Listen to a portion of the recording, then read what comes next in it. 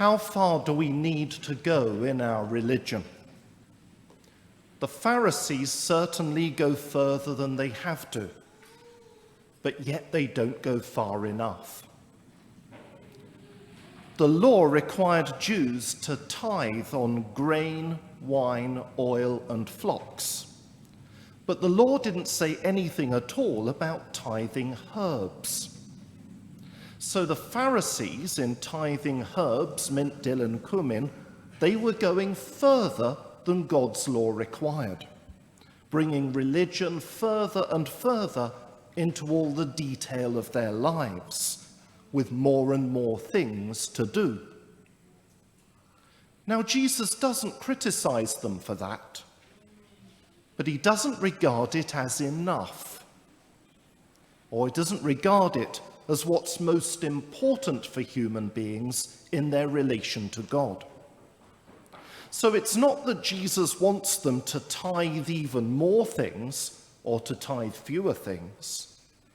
He wants them to change direction in their giving. He wants them to take things to a whole new level. So what is this change of direction that Jesus wants? What is this new level? The clue is found in what he says next about cups and dishes. Clean the inside as well as the outside. And he means this in regard to what we might call the inner part of our own lives. The direction Jesus wants us to go is somehow within, to give what's interior as well as what is exterior to God. This doesn't mean leaving the outside behind or seeing the outside as not important, but it means taking in the inner as well as the outer. It's really about giving the whole of ourselves.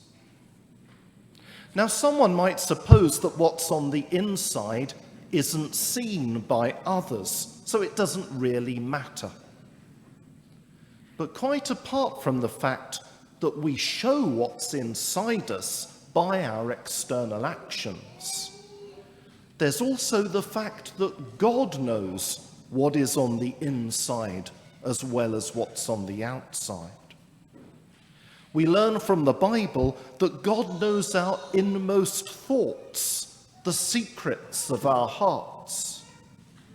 In the case of God's knowledge, it's clear that God's knowledge of our thoughts indicates something like his ownership of us. We're totally his. He's our creator, and everything is open to his sight. What lies within us belongs to him too, or it should belong to him, just as much as the outer parts of our lives should belong to him. Everything's open to his sight. And if we give our all to him, we shall find that it becomes easier to do what the Pharisees were trying to do, to bring God into all the details of their everyday lives. We give what is in us to God only through love, through his gift of charity.